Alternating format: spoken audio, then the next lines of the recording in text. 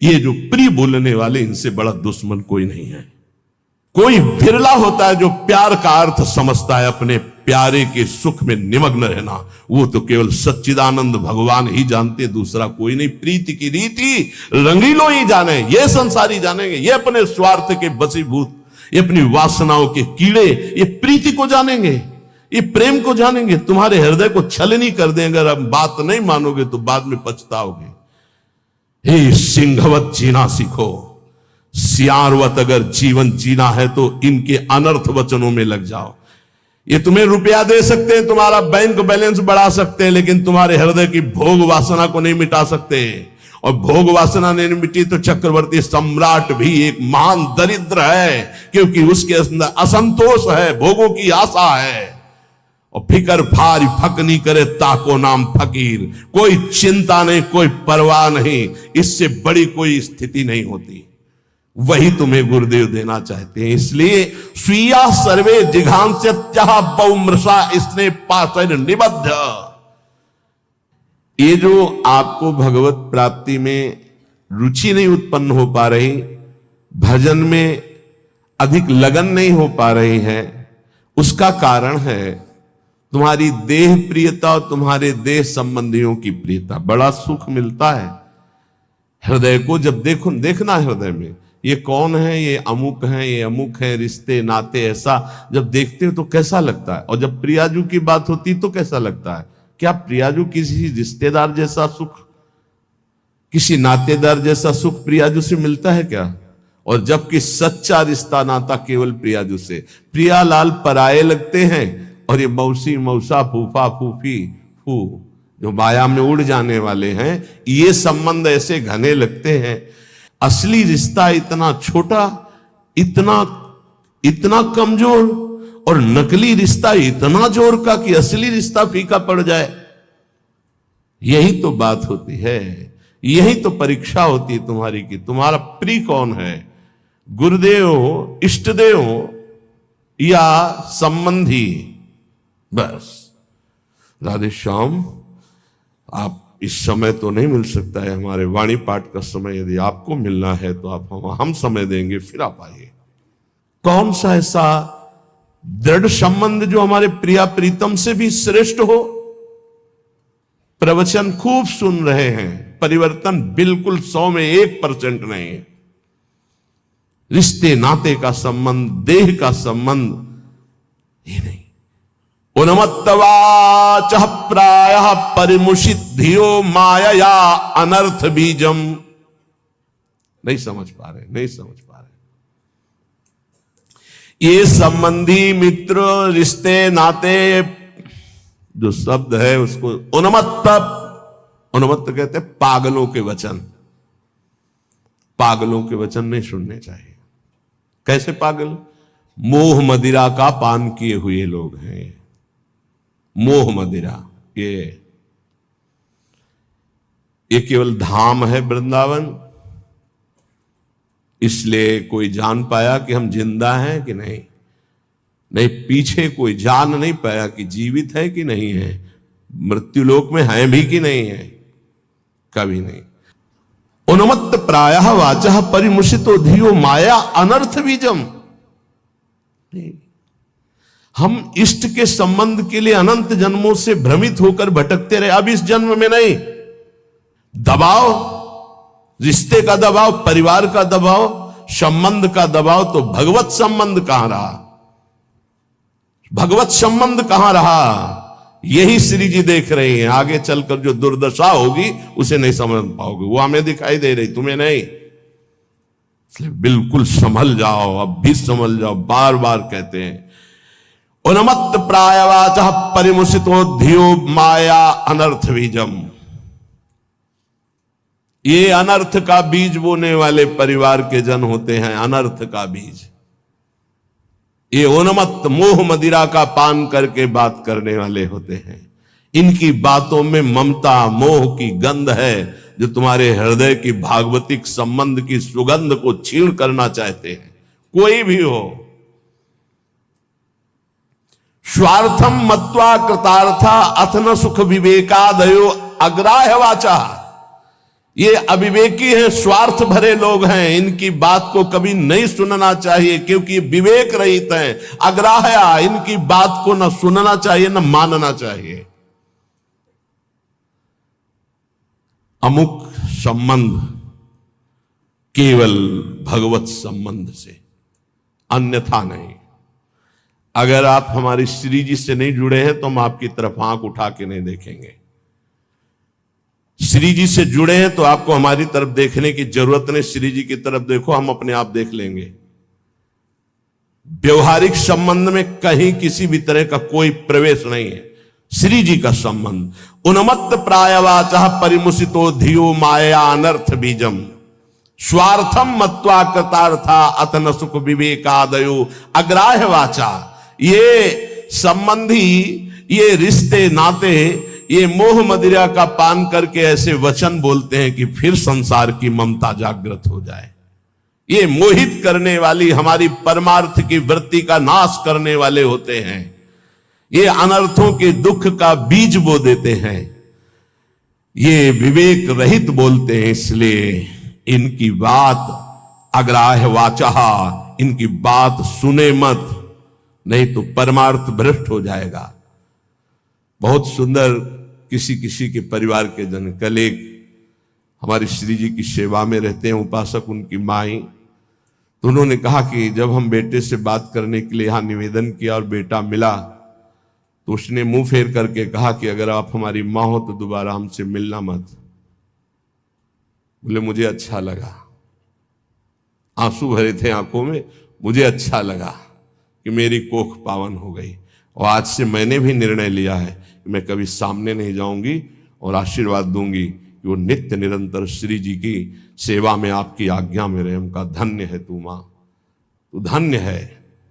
अगर और बहुत ही स्वभाव सुशील, बहुत ही अच्छा लगा बात करके कि मां हो भगवान, मां दे तो ऐसी मां दे जैसी कल वो मिली, एक भी ममता की बात नहीं। बोले हमने भी निश्चय किया, मुझे भी अच्छा नहीं लगा कि मैं अपने बेटे को मोह से ग्रसित नहीं करना चाहती, परमार्थ में आगे बढ़ाना चाहती हूं, तो मैं कभी सामने न जाऊं। मैंने भी निर्णय लिया, तुमका धन्य है तुम्हारा। जो सेवक जी ने कहा नाम प्रसंग कहे तो उपदेश, वो धन्य देश है, वो धन्य कुल है, धन्य सुतात धन्य सो माय। तो है मैया तू उसी माय में आ गई जिसको सेवक जी धन्य कहते हैं। अरे धन्य है उसका गर्भ जिसके गर्भ से भगवान का महाभागवत पैदा हुआ।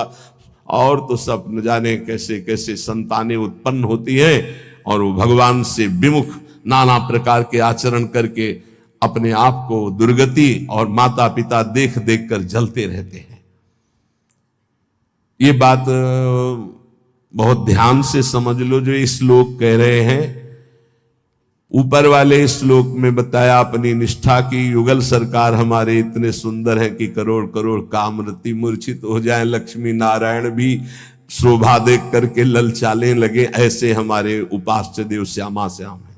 हमारे श्यामा श्याम में रति किनकी नहीं हो सकती, जो विषय विष के कीड़ा बने हुए हैं, या जो ब्रह्मबोध के द्वारा मोक्ष प्राप्त करना चाहते हैं, या जो जीवन भर भोग भोगा बुढ़ापे में सोचते हैं हम प्रेमी हो जाएं।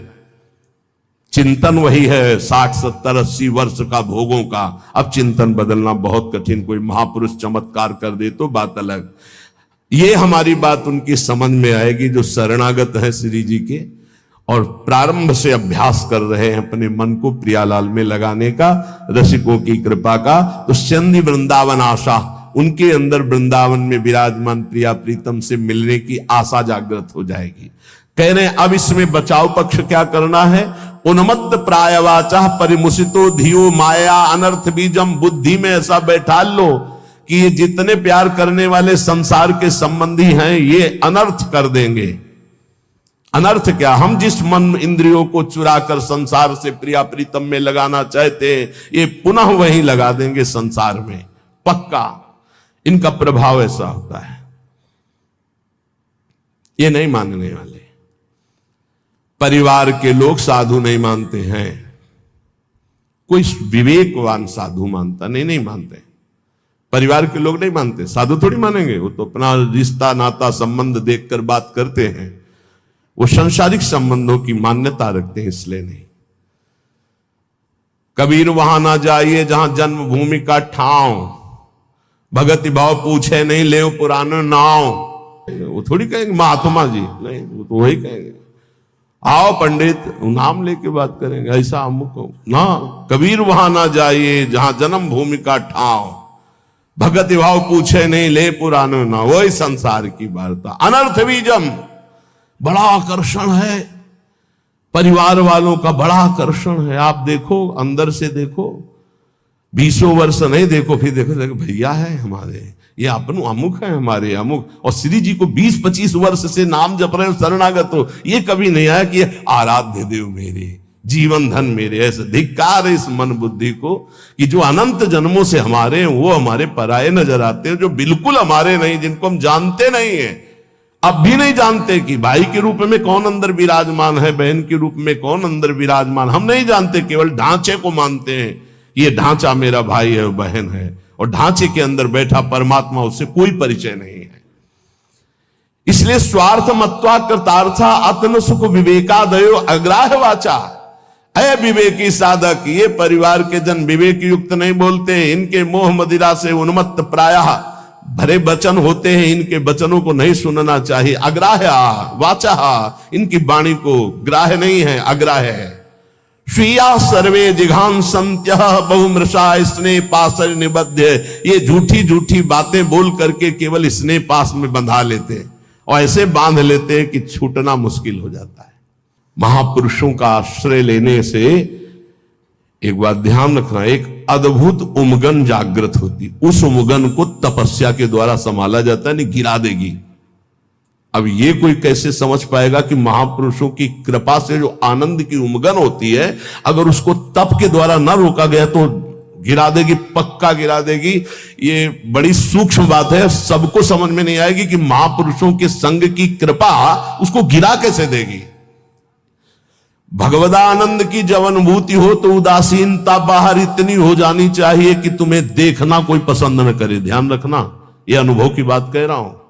जब आनंद की उमगन हो भगवदानंद, तो एकदम उदासीन हो जाना, मन बहिर्मुख बिल्कुल न होने पावे, किसी से अपनापन न होने पाए, तो वो भूमिका बदल देगा। महापुरुषों के संग से बिना साधन के भी आनंद की उमगन होती है। उस आनंद की उमगन को बिल्कुल वैराग्य और तप के द्वारा सहा जाता है, तब वो जाके महानता को प्राप्त हो। वो समझ नहीं पाए, तो यहां ये कह रहे उन्मत्त प्रायवाचा परिमुसितो धियो माया अनर्थ बीजम।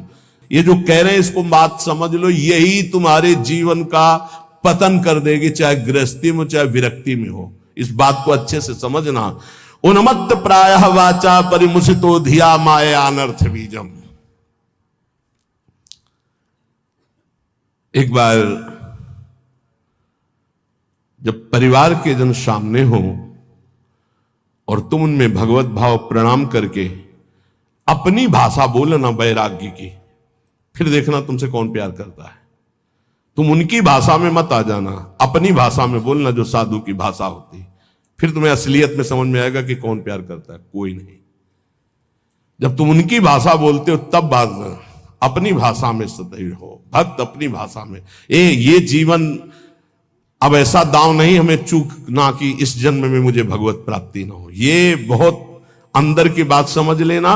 उन्मत्त प्रायवाचा परिमुसितो धियो माया अनर्थ बीजम, बिल्कुल 100%। अगर पारिवारिक मोह के जाल में फंस गया, चाहे गृहस्थ हो चाहे विरक्त हो, निकल नहीं सकता, इतना बड़ा जाल है। स्वार्थम मत्वा कृतार्था अतन सुख विवेकादयो अग्राह्य वाचा।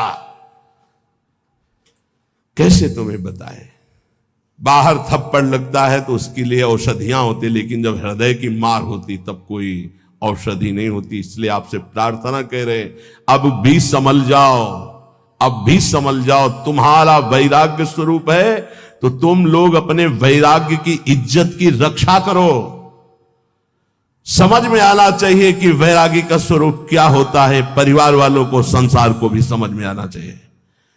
आपका अपने ठाकुर सेवा, अपनी भगवत सेवा, अपने दिनचर्या इतना महत्व हो कि सामने वाला 1 घंटे दरवाजे पे खड़ा रहे और सोचे कि क्या इनकी भागवतिक रति है। ऐसे संकेत में श्री जी आपको समझा रही हैं स्वार्थम मत्वा कृतार्था अथ न सुख विवेकादयो अग्राह्य वाचा। ये विवेक रहित बोलने वाले संसार के अग्राह्य वाचा, ये नाशवान शरीरों का संबंध तुम्हें अविनाशी बना देगा, तुम्हारा साथ देगा। ये मरण धर्मा शरीर है, अविनाशी परमात्मा की शरण छोड़कर इनके इंद्रियों की गुलामी के लिए किसी व्यक्ति वस्तु का आश्रय धिक्कार है जीवन। हम कामी है, क्रोधी है, लोभी है, लेकिन श्री जी लालजू को छोड़ दें ऐसा तो हो ही नहीं सकता। इतना तो रख लो, इतना तो रख लो, हमारी बात तो समझो। हम नीचता नहीं छोड़ सकते तो श्री जी को कैसे छोड़ सकते? हम नीच है मानते हैं, हम पतित है मानते हैं, लेकिन हम आपको नहीं छोड़ सकते। हमारा स्वभाव नहीं छोड़ सकना, हम नीचता नहीं छोड़ सके, काम नहीं छोड़ सके, तो नाथ आपको कैसे छोड़ सकते हैं? अब आपके गले पड़ गए। अगर हम कामी हैं तो आपके हैं, पतित हैं तो आपके हैं, आपको नहीं छोड़ सकते। इतना तो पकड़ लो यार, इतना तो पकड़ लो। हम संसार को पकड़े हुए हैं, माना नहीं छोड़ पा रहे, लेकिन हे संसार के स्वामी, हम आपको भी नहीं छोड़ पाएंगे। अब नहीं हो सकता कि मैं आपको छोड़कर संसार का पूर्ण आश्रय ले लूं, पर संसार को छोड़कर आपका पूर्ण आश्रय ले लूं, इतनी भी सामर्थ्य नहीं रह गई। तो कम से कम प्रभु को तो पकड़े रहो। लेकिन अनर्थ वाचा, देख लो, हम एक साधिका की बात करते हैं। भाई जी महाराज के प्रवचन सुनकर के एक साधिका ने भाई जी को गुरुदेव माना। कभी नहीं देखा था, केवल कल्याण पत्रिका पढ़ी और भाई जी के वचन पढ़े और गुरुदेव माना। भाई जी की छवि कहीं से पता लगी तो मंगाकर अपने सिंहासन पर विराजमान, रात दिन दरवाजा बंद, घर के सदस्य उसे भोजन दे देते, बस दरवाजा बंद, नवयुवती भाई जी की छवि। रात एक दिन उसके अंदर इच्छा आई, क्या मैं अपने गुरुदेव को कभी भर नेत्र से देख सकती हूं सामने से? वो सत्य सच्चिदानंद में मेरे गुरुदेव क्या कभी चलकर मेरी कुटिया में? असंभव। किसी नगर के किसी एक घर में बंद वो रात दिन गुरुदेव के अनुसार भजन करती और इच्छा जागृत हुई कि अब भाई जी कभी चलकर हमारे दरवाजे पर आएंगे। पर जाकर जेकर सत्य स्नेहु सोते मिले न कछु संदेहु। भाई जी तीर्थ यात्रा के लिए एक ट्रेन निकलवाई थी जिसमें सब भक्त थे। वो एक स्टेशन पे रुकी, अचानक आकर्षण भाई जी का हुआ। स्टेशन से स्वयं अकेले उस नगर में गए। और वो तो अलौकिक दिव्य महापुरुष, उसके घर गए, दरवाजा खटखटाया, किसी से पूछने की जरूरत नहीं, बिना तार का तार। किसी की हिम्मत नहीं थी कि उसका दरवाजा खटखटा दे। केवल समय भोजन का वो परिवार के लोग खिड़की से दे देते थे और उसका अपना अटैच था, तो कभी बाहर ही नहीं निकली, कभी किसी को चेहरा ही नहीं दिखाती थी। उसको लगा ऐसा कौन जो दरवाजा खटखटाता है? तो एक स्नेह का आकर्षण, ऐसा लगा कि या तो श्री कृष्ण है या तो भाई जी है।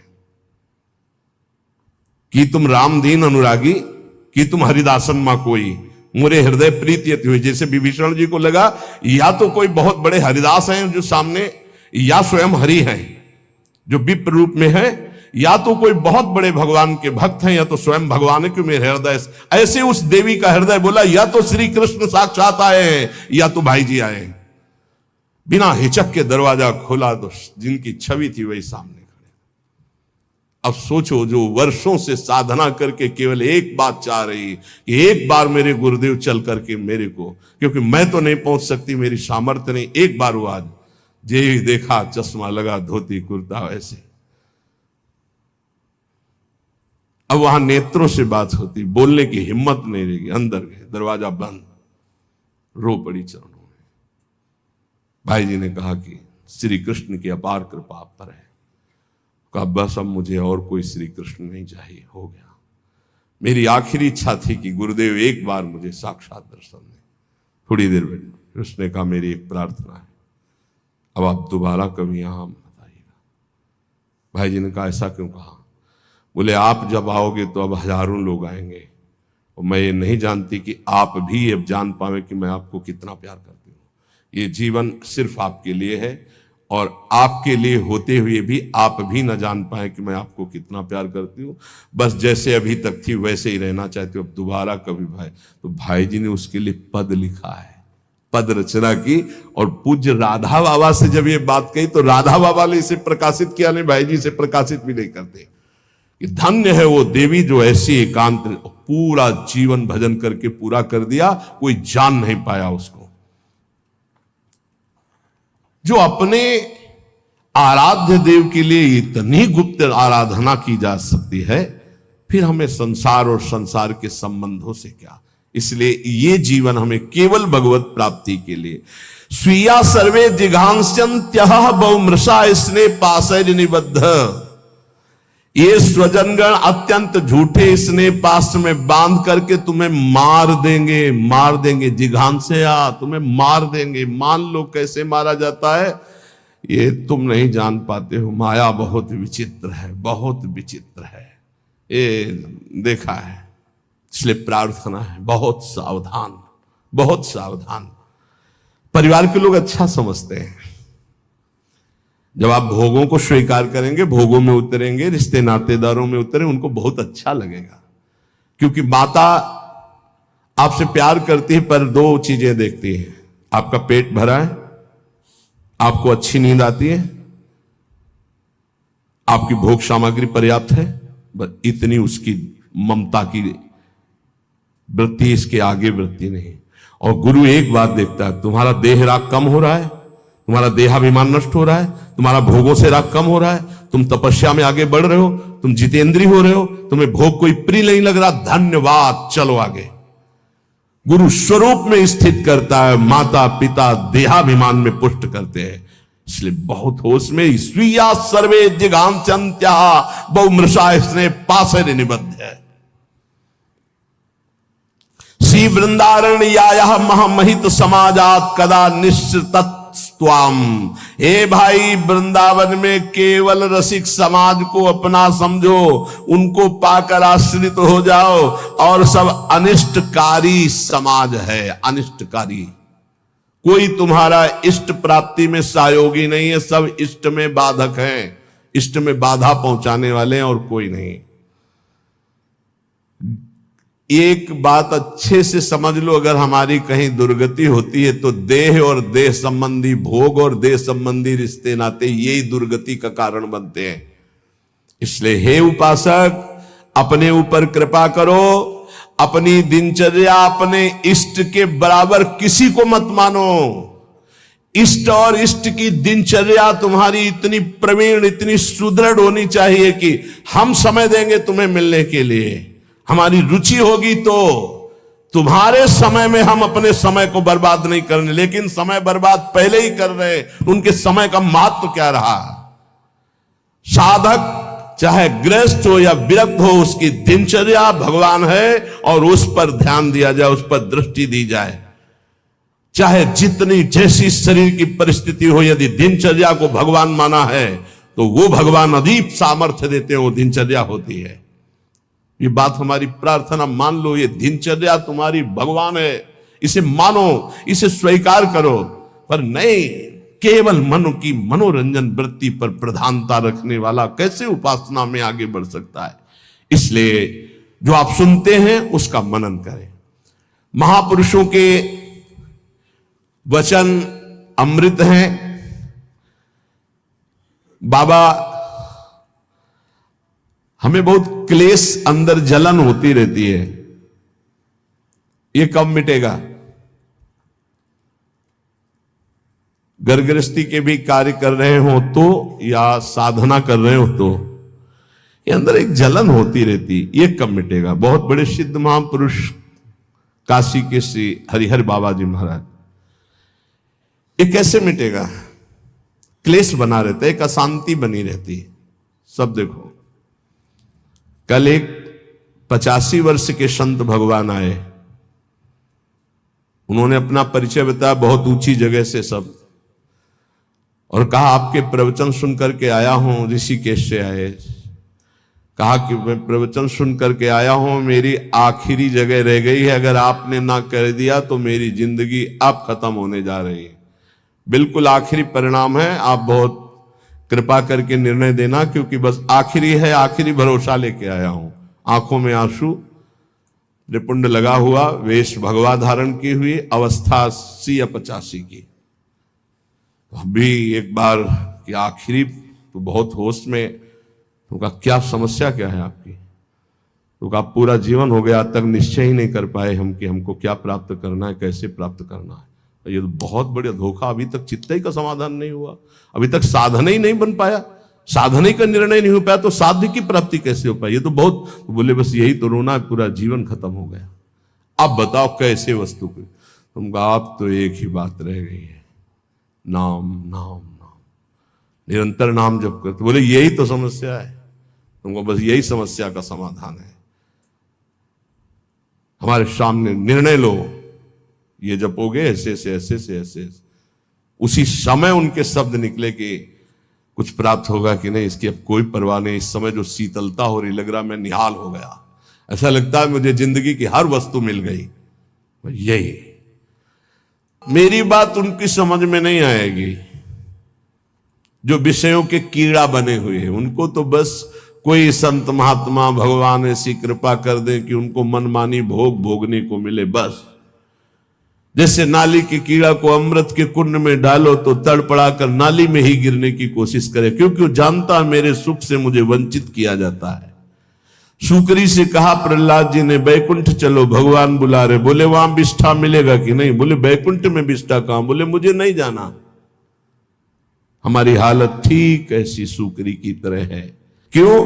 बोले विषय विष्क्रमीणाम, क्योंकि विषयों के कीड़ा बने हुए, इनको यही चाहिए, तो मेरी बात का प्रभाव इनके ऊपर नहीं पड़ेगा। और दूसरा, बोधमात्रात्म भाजांश, जो शुष्क कठोर हृदय के ज्ञानी हैं उनके ऊपर मेरी बात का प्रभाव नहीं पड़ेगा, दो के ऊपर नहीं पड़ेगा। एक जो विषय विष के कीड़ा बने हुए हैं, और एक जो मोक्ष सुख के अभिलाषी कठोर हृदय जो ब्रह्म ज्ञान की स्थिति में, वो मेरी बात को नहीं समझेंगे। समय सब है सर्वैषयिक भक्त्याश्रिता नाम। मेरी बात किनकी समझ में आएगी? बोले एक तीसरा है, उसकी भी समझ में नहीं आएगी। कौन तीसरा? वृद्धावस्था हो गई, जीवन के भोग भोगते हुए अब वो सोचता है कि मेरा कल्याण हो जाए, कोई उपाय ऐसा बता दे। तो बोले मेरी बात समझ में नहीं आएगी कि सब आश्रयों को छोड़कर, सब चिंतनों को छोड़कर श्यामा